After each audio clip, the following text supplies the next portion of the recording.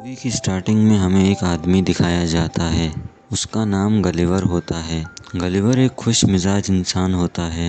वो एक कंपनी के मेल रूम में जॉब करता है। एक दिन उसकी कंपनी में नया एम्प्लॉय आता है। गलिवर उसे काम के बारे में समझाता है। तभी वहाँ एक लड़की दिखती है जिसका नाम डार्सी होता है।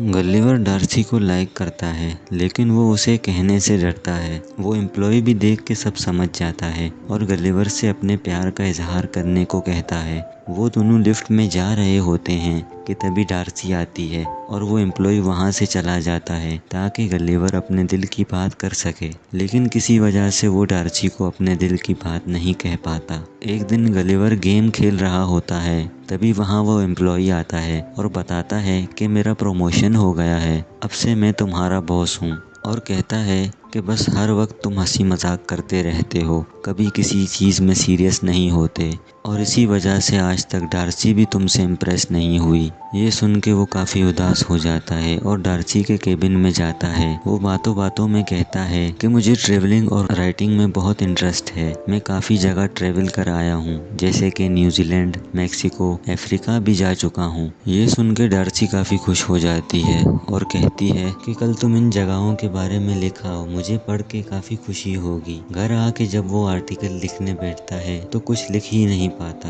दरअसल उसने डार्सी को इम्प्रेस करने के लिए झूठ बोला था। उसने कभी कहीं ट्रेवल ही नहीं किया। वो तो कभी अपने शहर से बाहर भी नहीं निकला। फिर वो नेट से अलग अलग आर्टिकल कॉपी करके अपना एक आर्टिकल बनाता है। अगले दिन जब डार्सी वो आर्टिकल देखती है तो काफ़ी खुश हो जाती है। डार्सी कहती है, क्या तुम मेरे लिए बरमूडा ट्रायंगल जाके उसके बारे में आर्टिकल लिख सकते हो? वो कहता है, हाँ हाँ क्यों नहीं, मुझे बेहद खुशी होगी। फिर वो बरमूडा ट्रायंगल जाने निकल जाता है। वहाँ पे एक बंदा उसे बोट तक ले जाता है और बोट के बारे में कुछ ज़रूरी इंस्ट्रक्शंस बताता है। वो गलिवर को बरमूडा ट्रायंगल की लोकेशन दिखाता है। वो कहता है कि इस रेड डॉट को फॉलो करते जाओ, तुम बरमूडा ट्रायंगल पहुँच जाओगे और वापस आने के लिए ये बटन दबा देना, तुम्हें यहाँ की लोकेशन दिख जाएगी, फिर इसे फॉलो करते आ जाना। ये सुन के गलिवर कहता है, ये तो मेरे बाएं हाथ का खेल है। फिर वो बरमूडा ट्रायंगल जाने के लिए निकल जाता है। वो वहाँ बैठ के रोबोट कॉमिक बुक पढ़ रहा होता है। कुछ देर बाद उसकी वहीं आंख लग जाती है। जब वो उठता है तो देखता है कि समंदर में काफी खतरनाक तूफान आया है। वो तूफान बहुत ही खतरनाक होता है। गलिवर खुद को बचाने की काफी कोशिश करता है, लेकिन कुछ देर बाद उसकी बोट तूफान में चली जाती है। वो होश में आता है तो देखता है कि छोटे छोटे लोग उसके चेस्ट पे चढ़े हुए हैं और उसे रस्सियों से बांधा हुआ है। ये देख के वो काफी कंफ्यूज हो जाता है। वहाँ उन छोटे लोगों की पूरी आर्मी होती है। दरअसल वो लोग गलिवर को एक राक्षस समझ रहे होते हैं। उन्हें लगता है कि गलिवर इन लोगों को जान से मारने आया है। अचानक से गलिवर उठता है और खुद को बचाने की काफी कोशिश करता है, लेकिन वो लोग उसे खींचने लग जाते हैं, जिससे वो गिर जाता है और दोबारा बेहोश हो जाता है। गलिवर होश में आता है तो देखता है कि वो लोग उसे एक छोटे से शहर की तरफ लेके जा रहे हैं। शहर के सारे लोग इतने बड़े इंसान को देख के काफी हैरान हो जाते हैं। फिर वो लोग गलिवर को अपने राजा के पास ले जाते हैं। उन लोगों का राजा कहता है कि ये राक्षस कौन है और यहाँ क्या कर रहा है। गलिवर कहता है कि मैं कोई राक्षस नहीं हूँ, मैं तो एक इंसान हूँ और मुझे तो पता भी नहीं है कि मैं कहाँ हूँ। तभी एक आदमी कहता है कि तुम लिलीपुट शहर में हो।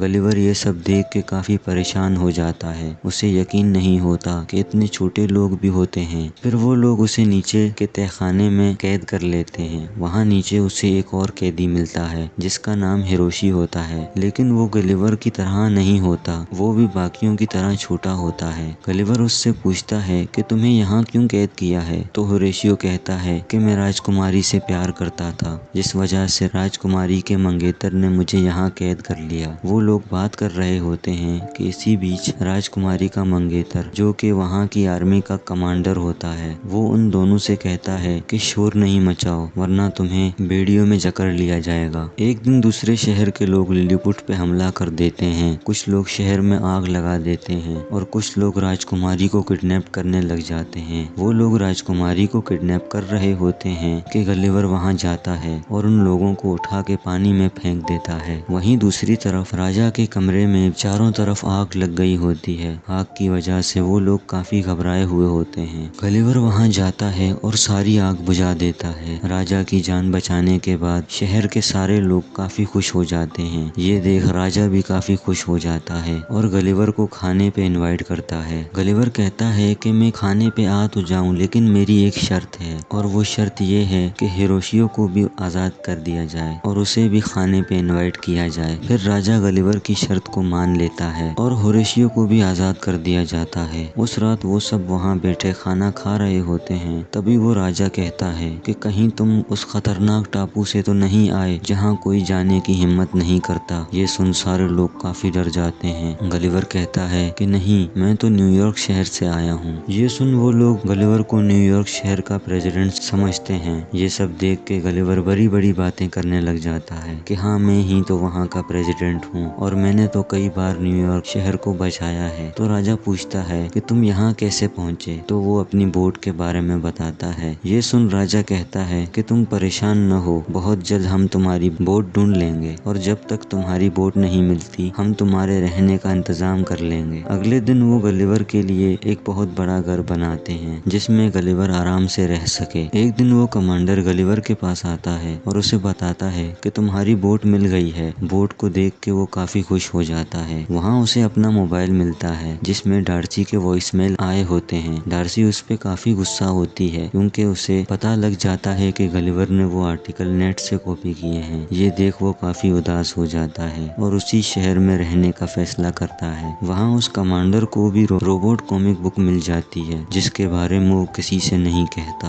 एक दिन गलिवर को उस शहर का नया कमांडर बना दिया जाता है जिससे उस कमांडर को काफी गुस्सा आता है और वो अपने शहर की सारी बाउंड्रीज खोल देता है। मौके का फायदा उठा के दूसरे शहर के लोग फिर से लिलीपुट पे हमला करने निकल जाते हैं। ये देख गलिवर वहाँ जाता है और सब लोगों को पकड़ के किनारे पे ले आता है। गलिवर की बहादुरी देख के लिलीपुट के सारे लोग काफी खुश हो जाते हैं। हर तरफ खुशी का माहौल होता है। ये देख वो कमांडर गलिवर से अब पहले से ज्यादा जलने लगा था। देखते ही देखते गलिवर लिलीपुट को न्यूयॉर्क शहर की तरह बनाने लग जाता है। एक दिन वो कमांडर दूसरे शहर के राजा के पास जाता है और उस रोबोट के बारे में बताता है। अगले दिन वो पुराना कमांडर रोबोट में बैठ के गलिवर के पास आता है। ये देख गलिवर काफी डर जाता है। रोबोट गलिवर को हवा में उछालने लगता है। गलिवर घबरा के सबको सच सच बता देता है कि मैं कोई प्रेसिडेंट नहीं हूँ, मैं तो एक मामूली सा मेल रूम एम्प्लॉय हूँ। ये सुन वो लोग काफी उदास हो जाते हैं। वो कमांडर गलिवर को लकड़ियों से बांध के उसी खतरनाक टापू पे भेज देता है। गलिवर वहाँ पहुँच के वो जगह देख रहा होता है कि उसे बोतल में बंद कर लिया जाता है। वो होश में आके देखता है कि उसे एक बहुत बड़ी बच्ची ने खेलने वाली डॉल बना लिया है। वहीं दूसरी तरफ डार्सी भी लिलीपुट आ पहुँचती है। वो कमांडर उसे भी कैद कर लेता है। ये देख होरेशियो ये सब गलिवर को बताने निकल जाता है। होरेशियो वहाँ पहुँच के उसे डार्सी के बारे में बताता है और कहता है कि डार्सी के साथ साथ उन लोगों ने लिलीपुट के राजा को भी कैद कर लिया है। फिर वो दोनों डार्सी और लिलीपुट के लोगों को बचाने निकल जाते हैं। गलिवर वहाँ पहुँच के डार्सी और लिलीपुट के लोगों से माफी मांगता है और कहता है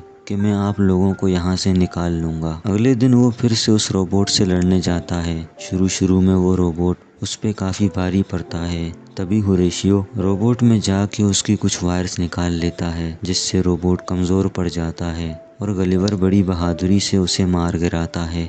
ये देख सारे लोग काफी खुश हो जाते हैं और चारों तरफ खुशियों का माहौल होता है। तभी राजा होरेशियो और राजकुमारी की शादी के लिए मान जाता है। मौके का फायदा उठा के गलिवर भी डार्सी से अपने दिल की बात करता है जिससे डार्सी भी काफी खुश हो जाती है। अगले सीन में हमें वो दोनों ऑफिस में दिखाए जाते हैं और अब गलिवर का प्रमोशन भी हो चुका होता है।